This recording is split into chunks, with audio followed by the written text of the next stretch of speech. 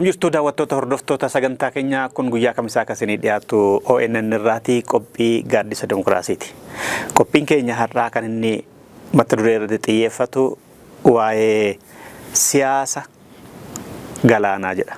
Siyaasa galaanaa maal jechuudha? Nan deebi'a.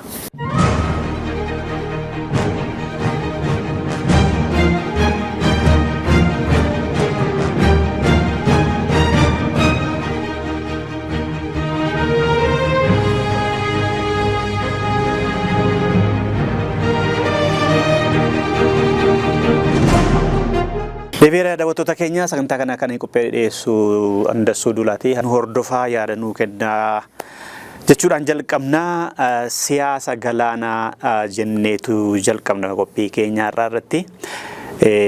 Siyaasa galaanaa jechuun siyaasa hulaa galaanaa argachuutti wal qabatee wanta jedhamaa jiru biyya kana gaanfa Afrikaa irratti fi Afrikaa keessatti amma kan ta'aa jiru jechuukooti. Yoggaa siyaasa galaanaa hoggaan jedhu biyyootni addunyaa kanarra jiran keessaa biyyoonni carraa hulaa galaanatti ba'uu karaa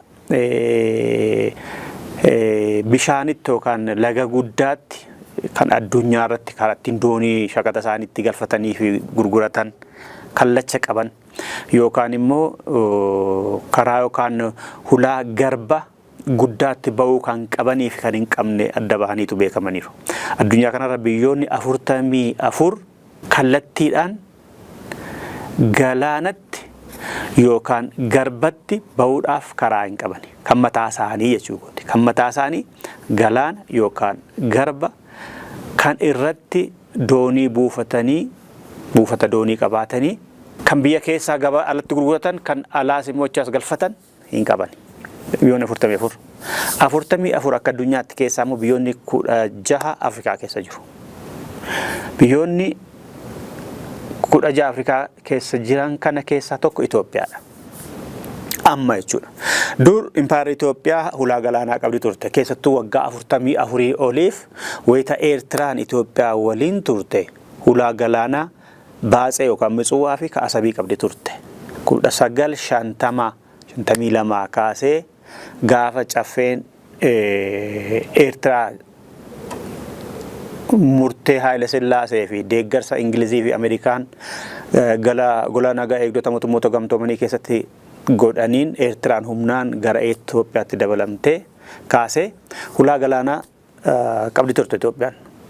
Waggaa 40 meeqa hulaa galaanaa qabaattee garuu kan isheen horte guddina badhaadhina dinagdee toon taane hiyyummaa lola beela addunyaa irra tokkoffaa ta'e kan bara 77 akka lakkoofsa Giiziittiidha.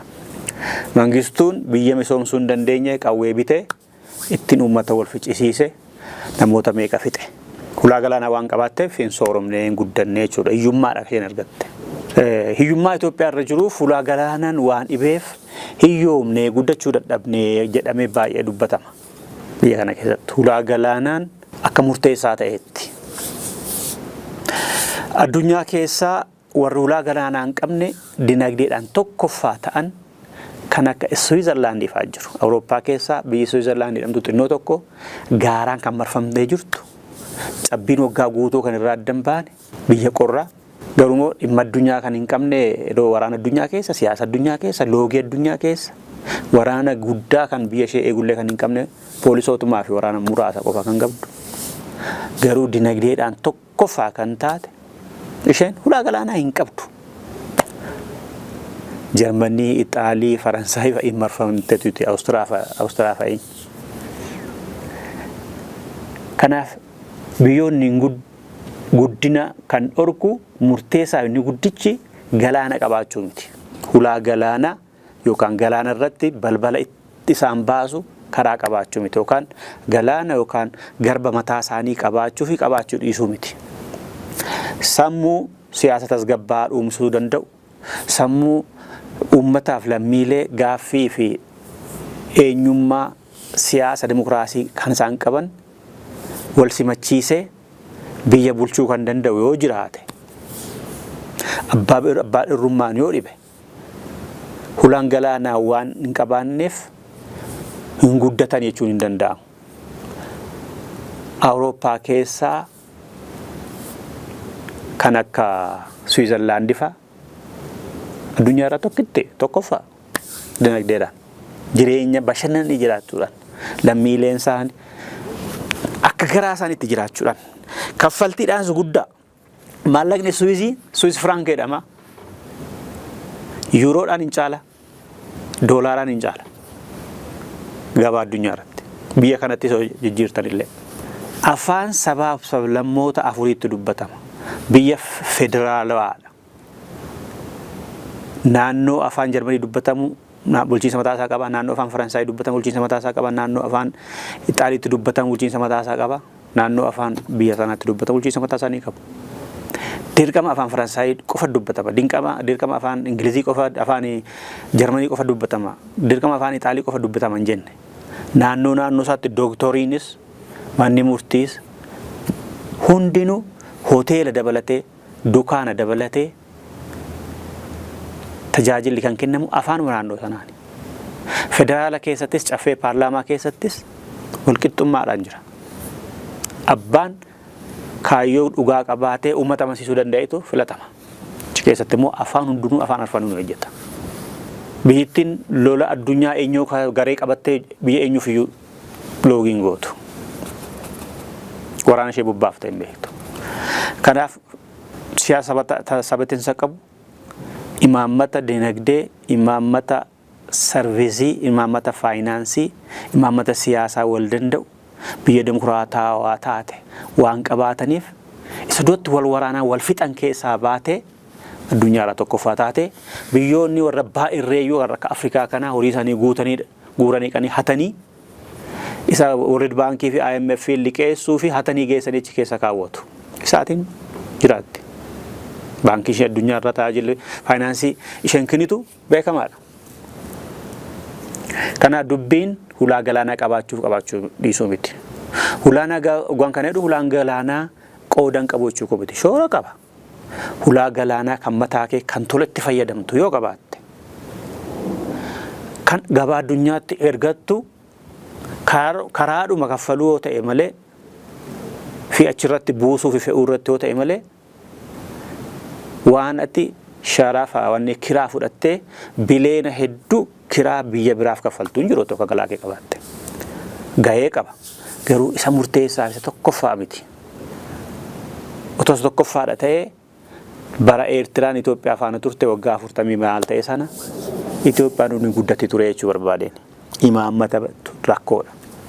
Amma haalee Minilikiin Oromiyaa fi warra kibbaa kana qabachuuf xiyyeeffannaa itti kennee itti duule otoo gara olii sana mallatteessee kennuu baate waggaa 99f Jibuutiin har'a biyya taateeyyuu hulaa taateefi turte. Isaan gara kibbaa Oromiyaa kana barbaadan malee gara oliif xiyyeeffannoon kennine warri durii. Minilikiin waggaa 99f mallatteessee kenne Faransaayiif.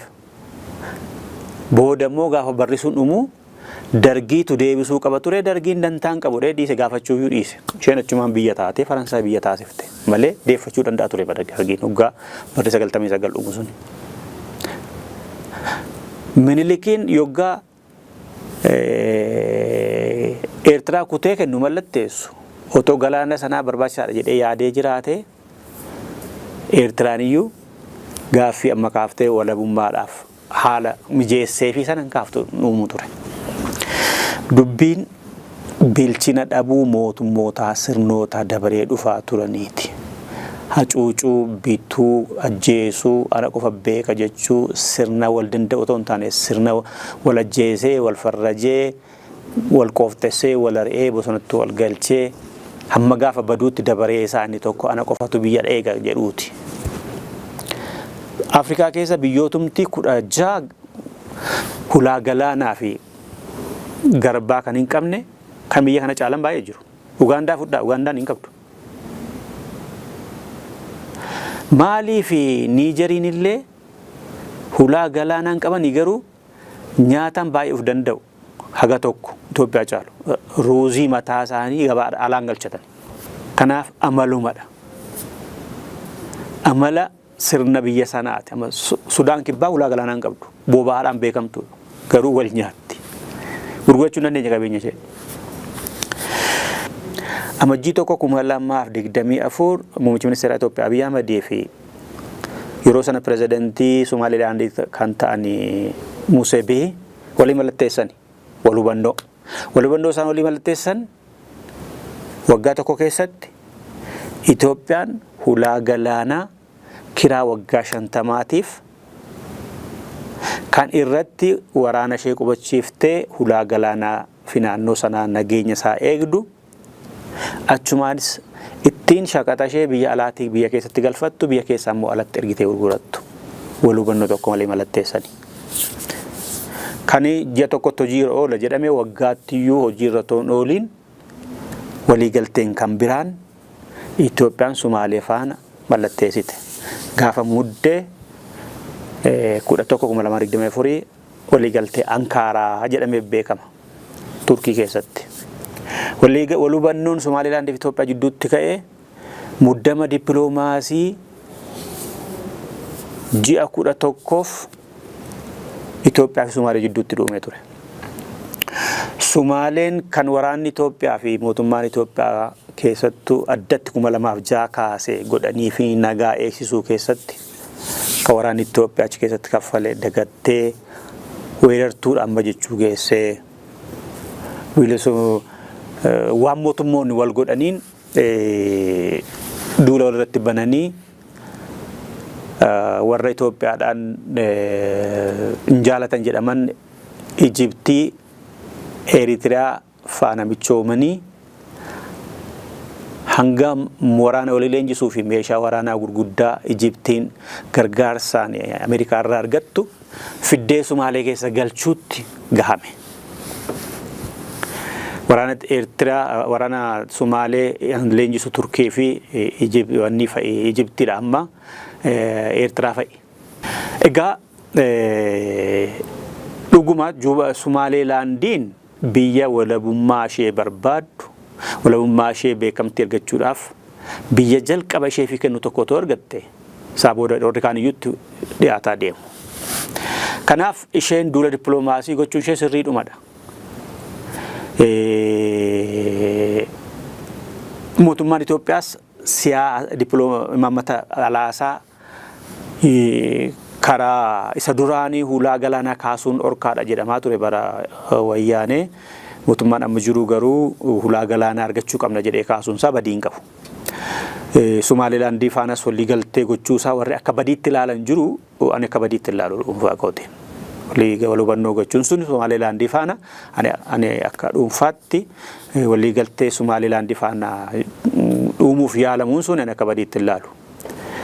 Somaaliilaandii fi otoo beekamtii argattee ani hin jibbu. Biyyadhaa gaaffiin qaba jettee naafaa beekamu an Ingiliziidhaan hin garboome Somaalee isheen sun Ixaaliidhaanii biyya adda addaati erga jedhanii ollaa gaarii ta'anii jiraachuun ni mala. Dinagdee biyya kanaafis yoo achiin gaariidha ta'e yaaluun hameenya qabu. Garuu immoo duulli dippiloomaasii guddaan mootummaa Itoophiyaa irra ture waggaa tokko ol. Itoophiyaan duula kana keessa akka injifannoo argattetti kaasaa turte Somaaliilaandiin garuu dafee akka hojiirra ooluu barbaaddee turte waliigalteen wal hubannoo sanaa kan jedhu wal hubannoon sun kan jedhu yoo Somaaliilaandiin waggaa 50f kiraadhaan Itoophiyaadhaaf kennite Itoophiyaan immoo achi waraana ishee irra kuufattee waraana humna galaana ishee achirra buufattee kiraadhaan kaffaltii fi beekamtii kennitii fi dura hulaa galaanaa moo argatti Itoophiyaan jedha ture. Inni hojiirran oolle jaarsummaadhaan ololli jalqabamees dubbii hammaatee gama Somaaleetiin paartiin kana mallatteesse garuu aangoo irraa bu'e Somaaliilaandii keessaa mormituutu qabate. Kanaaf hoggaa duula filannoo gaggeessan paartiin Musee inni mo'ame muhee paartiin pirezidantii duraanii suni yoon itti deebi'ee fufee pirezidantummaadhaan waliigaltee wal hubannoo Itoophiyaa faana qabnu sana itti fufsiiseen walabummaa biyya keenya beekamtii argachiisaa jedhee inni mo'ate immoo ani yoon mo'adhee irra deebi'ee ilaalaan beeku wanticha waan isaan walii galan iyyuu jedhee otoo kanaan jiruuti Itoophiyaan pirezidantiin haaraan ergaa erga mo'atee booda garuu otoo waadaan galiin aangoon qabatiin guyyaa muraasa dursee ta'e Ankaaraatti affeerraa pirezidantii Turkiyeetiin wal argite. Biyyoonni lamaan pirezidantii Hassan Sheikh Mohammed kan Somaaliyaa fi muummichi ministeera Itoophiyaa Abiy Ahmed achitti wal arganii qaamaa waliin ta'anii sa'aatii 7 mari'atanii. Isaa booda ibsa Ankaaraa jedhamu baasan. Ibsa Ankaaraa maal qabaa? Ifatti hin dubbanne shaarameera hin jenne wal hubannoon Hargeysaa wajjin Finfinneen tolfatte suni. Shaarameera hin jenne ifatti. Mootummaan Itoophiyaas achii galee haqeera Somaalilaand wajjin hariiroo ani qabu kama hulaa galaana argachuutiin kan walii mallatteessine suni hafeera hin jenne. Dabballoonni mootummaas hafeera hin jenne ifatti ba'anii. Somaalilaand garuu karaa ministeera jaalaa ishee fi dubbii himaa isheetiin hafeeraa shaarameeraa walii galtee wal hubannoo mootummaan Itoophiyaa fi Somaalilaand qaban sun Ankaaraa irratti raawwateera mootummaan toleeree fudhateera jedhanii ibsa baasani. Waliigaltichi maal jedha kan achirra taa'u haqameeraa hin jedhu gaaffiin sun mootummaa Somaalilaandii deebii ergateera waliigaltee sanarratti. Mootummaa Somaalilaandii miti mootummaan Somaaliyaa. Mootummaan Somaaliyaa maal jedha Itoophiyaa fi Somaalilaandiin uggaa hulaa galaanaa walii kennuuf jedhanii walii mallatteessanii beekamtii biyyaa Itoophiyaan akka kennitu jedha. Kun immoo Somaalilaandiin qaama biyya koo taatee soo jirtu walabummaa Somaaliyaa sarbuudha. Itoophiyaan walabummaa Somaaliyaa sarbuuf deemti. Kun immoo seera addunyaa fi kan gamtaa Afrikaa cabsuudha. Hulaa galaanaa ta'uu barbaaddi ta'e ana biraayyuu argatti ture anuu gaafadhee hin jira muummicha ministeeraatiin. Hulaa galaanaa argachuu miti dubbichi beekamtii kennanii Somaalilaandiin biyya of dandeesse gochuu qaama Somaaliyaa tokko adda baasuudha jedhee mormaa ture Hassan Sheikh Mohammed. Kanaaf achirratti walii Ankaaraa irratti kun ragga deebi'eeraaf. Waliigaltichi barreeffamichi maalidha? Itoophiyaan walabummaaf birmadummaa Somaaliyaa ni amantii ni fudhatti ni kabajjii jedha. Kana jechuun daangaan Somaaliyaa tokkoonsaayyuu tuqamuu akka qaama Somaaliyaa ta'eetti ni beekamtii kennaafi jechuudha. Kana jechuun jecha siyaasaa fi dippiloomaatiiti malee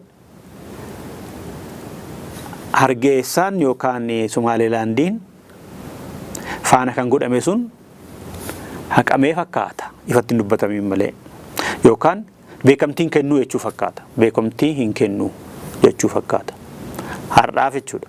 Bormoo duula Somaalilaandiin taasiftuun yoo bakka biraatii biyyi tokko beekamtii kenneefi Itoophiyaanis kennuu dandeesse kallachatti.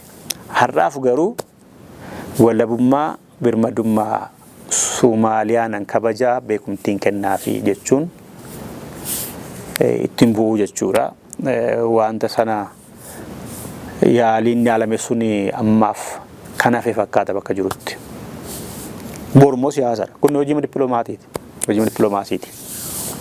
Kana jechuun Somaalilaandiin duula isheetti dhiiftii miti. Beekamtii argachuuf gara biraatiin deemuu dandeesse. Amma seneetii Ameerikaa keessatti seneetariin seera qopheessanii mariidhaaf dhiyeessan biyyi sun biyya walabummaa qabdudha. Biyya waggaa 30 olii filannoo haqaa gaggeessitee sabatiinsa qabdudha. Duula shororkeessaa irratti nu gargaarti. Ameerikaan beekamtii kennuu qabdi jedhanii duula warri godhan jiru Ameerikaa keessayyuu. Kanaaf Ankaraan waliigaltee Ankaaraa keessatti qabiyyeensaa waan hafeerudha. Waliigalteen Somaaliyaa Somaalilaandii fi Itoophiyaan walii mallatteessanii ka ture waliigalanii wal hubannoorra kan gaanii ture akka hafeettidha barreeffamichi kan agarsiisu. Ifatti hafeeraa haqeeraan jenne Itoophiyaan garuu beekamtii Somaaliif hin kennaa daangaa isheef walabummaa ishee birmadummaa ishee soverniitii ishee hin tuquu jechuun waan Somaaleen gaafataa turte deebiseeraa jechuudha. Fudheeraa jechuudha. Kana jechuun immoo kan Somaaliyaa kan Somaalilaandii wajjin wal hubannoorra gaame suni hafeeraa jechuudha. Ammaaf ta'uu ni mala. Gara fuulduratti immoo siyaasaaf haalli kan fidu hin beekan. Kanaaf Somaaleen gaaffii ishee deebi'eera gama kanaan. sila akka walii akka fedhii Ijiptiitti Itoophiyaa fi Sumaaleen akka wal dhabanitti hafuu waraana ishee doonii fi xiyyaaraan galchiteetti Itoophiyaa fi isheen akkuma walitti gaarreeffatanitti akka wal doorsisanitti wal morkii laga hidhaa mormor irratti qaamuu isaan irratti kan mo'amte Ijiptiin siyaasa bishaaniitiin kan mo'amte Ijiptiin hulaa galaanaan ka'ee kan Itoophiyaa fi Sumaaleen atakaroo keessa galan carraa naadhumattee kan achitti laboobaa kaafattee bu'uudhaaf jette sanatti gufuu ta'a. Kanaaf gama kanaan Itoophiyaan mo'atteetti gama beekamtii birmadummaa walabummaa tokkummaa sovereignty jedhamu sana ishee kabachiisuutiin Sumaaleen injifatteetti. Garuu Itoophiyaan erga hulaa galaanaadha argatti ta'e Sumaaliyaarraa kiraatiin jechuudha. Yoo isa argachuuf waliigalte ta'e kiraatiin. Amma waa'ee hulaa galaanaa Sumaalee waliigalticha keessa kan jiru Sumaalee hulaa galaanaan kennaafii jetteetti Itoophiyaadhaaf. Akkamitti ta'a? Maal fudhatti isheenoo? Kiraan sun waraana irra qubachiisuu dabalatamoo hin dabalatu? Daldala qofaaf oolamoo? Waraanallee humna galaanaallee jiruu qubachiisuuf oola. Eddee kamitti? Hulaa kamiin? Waggaa meeqaaf? Hulaa galaanaa sun garuu abbummaa hulaa galaanaatiin dhaabbataadhaan akka nufi ishee irratti ajajju. Presence to the sea jedhamu sana. Moo access to the sea. Access to the sea jechuun akkuma Itoophiyaan amma Jibuutiitti fayyadamtu jechuudha kireeffachuu. Itoophiyaan amma access to the sea qabdi kireeffattee. Kan manage godhu kan bulchu kan gatii baasu abbaan galaanaa abbaan bishaan sanaa Jibuutiidha. Akkuma mana kiraa itti galamuu jechuudha. Abbaan manaa gatii manaa naa kaffaltaa'edha. Yoo walii galan xiqqoo olii buusu ta'a yoo diddan immoo deemi bakka naan kaffaltu taanaan mana nama biraattu galaa jedha abbaan mana kireeffatu. Abbaan mana kireessu. Kanaaf kan murteessan abbaa mana sanaati. Garuu Itoophiyaan horii guddaadhaan kireeffatti Jibuutiirraa hulaa galaanaa doonii Jibuutii jechuudha. Kan Sumaaleen Itoophiyaa faana walii galuuf jirtu. Isuma kiraadha access to the sea jedhanidha. Isuma amma Sumaaliyaan Jibuutiin Itoophiyaaf kireessitu. Moo isa Itoophiyaan Sumaalilaandii faana argachuuf walii galte sanadha. Waggaa 50maaf abbummaadhaan isheetu bulchuuf ture kan isaa walii galan Sumaalilaandii waliin. Achirra humna galaanaa ishee qubachiisti. Achirra dooniin ani ittiin daldaladhu hattoota galaanarraan akka miidhamneen eeggadhaa itti Itoophiyaan. Kana jechuun Itoophiyaanis humna taatee akkuma Ameerikaa fi Faransaayii fi Jarmanii fi Chaayinaan fa'aa Jibuutiirraa qaban nan qabaadhaa. Dubbichi dubbii humnaati. Dubbii siyaasaati. Emireet fa'aa dhufanii achi jiru. Ameerikaan, Jarmaniin, Ingiliziin, Faransaayiin Jibuutiirraa qabu. Chaayinaan qabdi. Anis qabaachuun qabaa baay'ina humna namaan kanan qabaa ka jedhu dubbiin gaaffii siyaasaa gaaffii humnaati. Kun egaa kan yeroon deebisudha.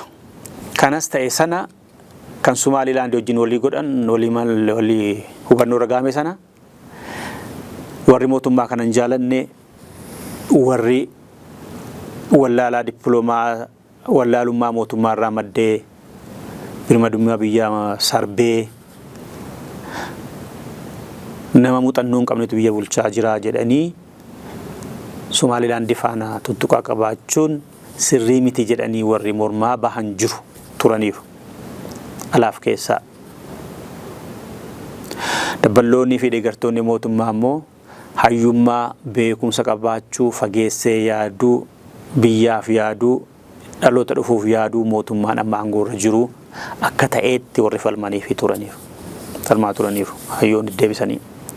Isa amma Ankara agreement jedhame kanarratti immoo warri kanaan dura gaafa mootummaan Sumaalilaandii faana wal hubannoo irra gahee sana morman amma immoo as garagalanii Sumaalilaandii dhiisee Sumaalee faana mallatteessuun dadhabina kufaatii dippiloomaasiitii jedhan. Duraan Somaaliilaandii faana dubbachuu yakkadhanii amma immoo Somaalee faana dubbachuun immoo yakkadhanii.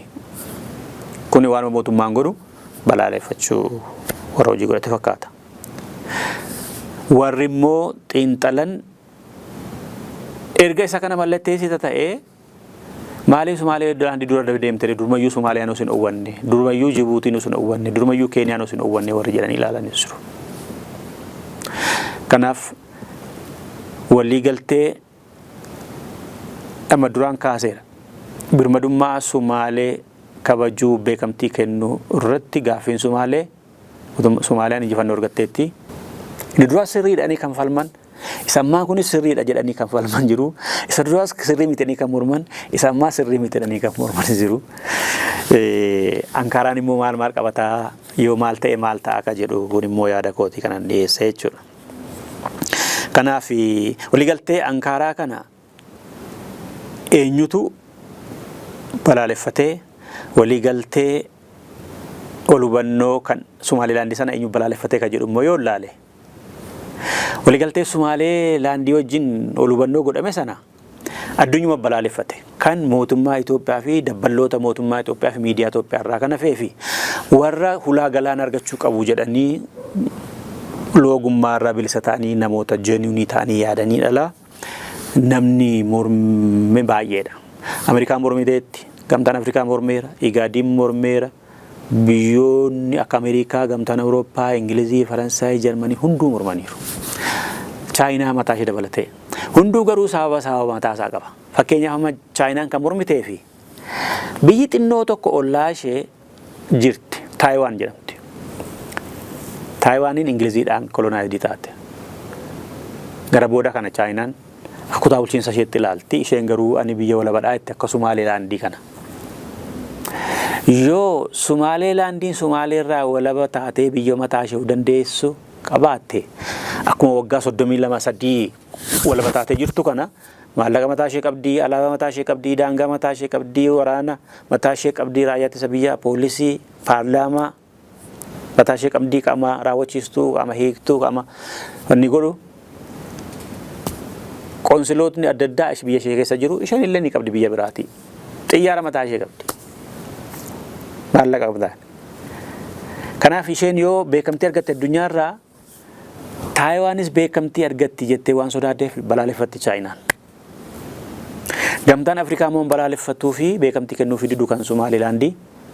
Yoo Somaaliilaandiin akka biyyaatti lakkaa'amte biyyoonni Afrikaa keessaa walabummaa argachuuf qabsaa'an jiru. Isaanii immoo akkam jennee dinnaa kan jiru innis biyyoonni Afrikaa kanaa hunduu bukoo mataa isaanii waan qabaniif isaanii diddi.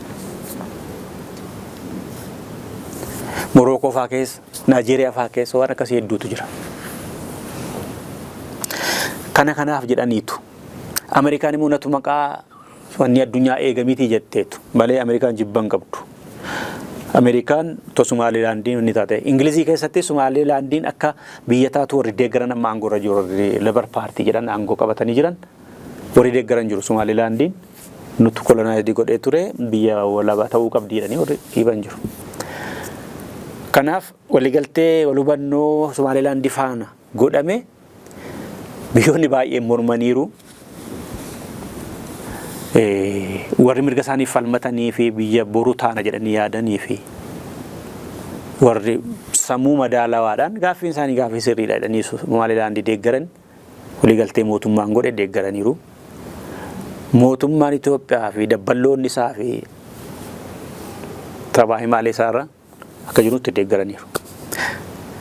Kan morme ka biraa waliigaltee sana Eertiraan mormiteetti, Ijiptiin mormiteetti. Liigiin Arabaalee akka jiranitti. Abu Dhaabiin badaan mormine Emireetonni Arabaa garuu achi keessaa immoo qabdi isheen dilamaanuu jirti isheen bakka bu'aan jiru jirti gamtaan Emireetota Arabaa. Ijiptii fi Eertiraan garuu akka addaatti qaamaan keessatti hirmaatanii waraana walii leenjisanii waliigaltee biyyoonni sadan Asmaraatti wal gahanii sadan isaaniiyyuu Somaaleenis Eertiraanis gara Kaayirootti naanna'anii mari'atanii bukeessanii wal hubannoo Itoophiyaa Somaaliilaandiin gahan sana waan barbaachiseen bira dhaabbanna qawwee yoo amma ta'utti amma lubbuu namaa ta'utti yoodhanii biyyi sadan keenya Ijiptii, Sumaalee fi Eertiraa sadii keessaa tokko yoo tuqame hunda keenyatti tuqame. Walii duulle walii dhaabbannee lolla jedhanii walii mallatteessaniiru. Asmaraatti walii galtee Itoophiyaa fi Somaalilaandii isaan abbummaadhaan hamma meeshaa qawwee kaasisuu danda'utti falmanna jedhanii walii galtee godhanii mormani. Kan amma Ankara Agreement jedhamus ifatti bayin dubbatiin malee dallansuu kan agarsiisan akkamitti taa'anii gaaffii kan gaafatan isaan lamaani. Eertiraa fi Ijiptii. Ijiptiin guyyaa wayituma sana karaa ministeera Hajaa Alaasheetiin gita isaa kan Somaaliyaatti bilbilee maanni kan isin Ankaraa deemtanii waliigaltanii dhuftan kuni waliigaltee keenya nuti Asmaraatti waliigallee hin faallessu ati nu ganuu keetii jedhee gaafateeni lakkii nuti hin gannee kan faallessu miti maal jedhan jedhu deebisteetti Somaaliyaanis karaa wanni ishee Eertiraanis walgina tattamaa nuuf haa taa'u jetteetti isa Ankaraa kana biyyoonni Ameerikaa fi gamtaan Awurooppaa fi Ingilizii, Faransaay, Jarmanii dabalatee Emireetonni illee gamtaan Emireetota Arabaa illee akka deeggaran ibsatan isa Somaaliyaa faana godhame. Isaan kun lamaan garuu hin ibsine. Inumaayyuu gaaffii kaasanii nu biraa deemtamoo nu biratti haftaa ka jedhu gaaffii kaasaa jiru. Egaa kun immoo hulaa galaana siyaasa galaanaatiin mo'atamuu Ijiptiirraa dhufaa. Siyaasa bishaaniitiin mo'atamuu hidha Abbayyaatiin siyaasa hidha laga Abbayyaatti irratti mo'atamteef abbummaadhaan isheen hanga yoonaatti laga mormoritti fayyadamtee murteessuu ta'aa turte sun hafuu isaatu wanni kaaseera dallansuu fideera. Kanaaf eenyutu waliigaltee Ijiptii faana Somaalee faana Itoophiyaan godhatte mormee eenyutu immoo deeggaree kan duraan Somaalilaandii faana wal hubannoo ragaame immoo eenyutu mormaa ture eenyutu deeggaraa ture. Warri Somaalilaandii faana mootummaan Itoophiyaa waliigaltee uummate morman ammas kan mootummaan Itoophiyaa Somaaliyaa waliin waliigaltee tolfates maaliif mormaa jiru lamaanuu ni mormanii. Warri kan mootummaan Itoophiyaa Somaalilaandii walii faana kan tolfates warri deeggaran sirriidha ka jedhan isa amma inni Somaaliyaa wajjin tolfates sirriidha warri jedhanis maaliif akkas jedhu garuma mootummaan hurruubetti maaliif hurruubu isaan warri immoo waan mootummaan godhe hunduma isaa gara jala deemanii hunduma isaa maaliif immoo mormu kan Hargeysaa faana godhames abaaranii kan Somaalee faana godhames Moqaadishoo faana godhames abaaranii isaan sun isaan kun immoo kan Hargeysaa faana godhames eebbisanii ililili jedhanii hiriira bahanii kan Moqaadishoo faana godhames hiriiran baay'in malee miidiyaatti bahanii sirriidha jedhanii warri duula balanis maaliif tokko dhaabbatanii faayidaa isaa miidhaa isaa kan boruuf ta'u maaf yaalanii. Muummichi ministeeraa gaaffii nuti kaafnee yoo har'a deebi'uu baate dhaloonni dhufu akka gaafachuu akka guutuu danda'uuf dubbii qabsiifneerra jedhanii kunillee sirriidha. Yoo har'a deebi'uu baate gaaffiin boruun qaba waaqa guutummaa jedhee yoo dandeenye dhaloota yoo dandeenye Oromiyaa bilisoomsinaa yoo dadhabne immoo dhalootatti guddifnaa jedhan dhalootatti deebisuuf deemaa jechuudha. Kanaaf qophiin keenya irraa kanarratti fakkaata siyaasa galaanaa kan jennee fi galaanni qabaachuun guddina biyya tokkoof gaariidha. Shoora qaba. Garuu guddina biyya tokkoof murteessaan hulaa galaanaa hulaa garbaa miti. Biyyoonni hulaa galaanaa hin qabne hulaa garbaa hin qabne guddatan jiru. Awustiriyaan Awurooppaa keessa biyya guddatteedha. Garuu hin qabdu. Swiizerlaandiin biyya tokkoffaadha. Garuu hulaa galaanaa tokkollee hin qabdu. Biyyoota 16 Afrikaa keessa jiran keessaa warri Itoophiyaa caalan akka Ugaandaa fa'aa Ruwaandaa fa'aa hulaa galaanaa hin qaban. Maaliif Niijerillee ruuziitiin uf danda'u nyaata alaan galfatanii hulaa galaanaa hin qaban. Inni guddaan ilaalcha siyaasaa sirna biyya bulchu qajeelaa kan hundaaf ta'u biyya hundaaf taatu ijaaruu irratti hojjechuu. Hamma aangoo irraa ari'amanitti ana qofa beekaa, ana qofa sirriidha, ana qofa biyya ijaaraa jedhanii morkattootaa fi warra sirna darbee abaaraa hidhaa jiraachuu dhiisuu.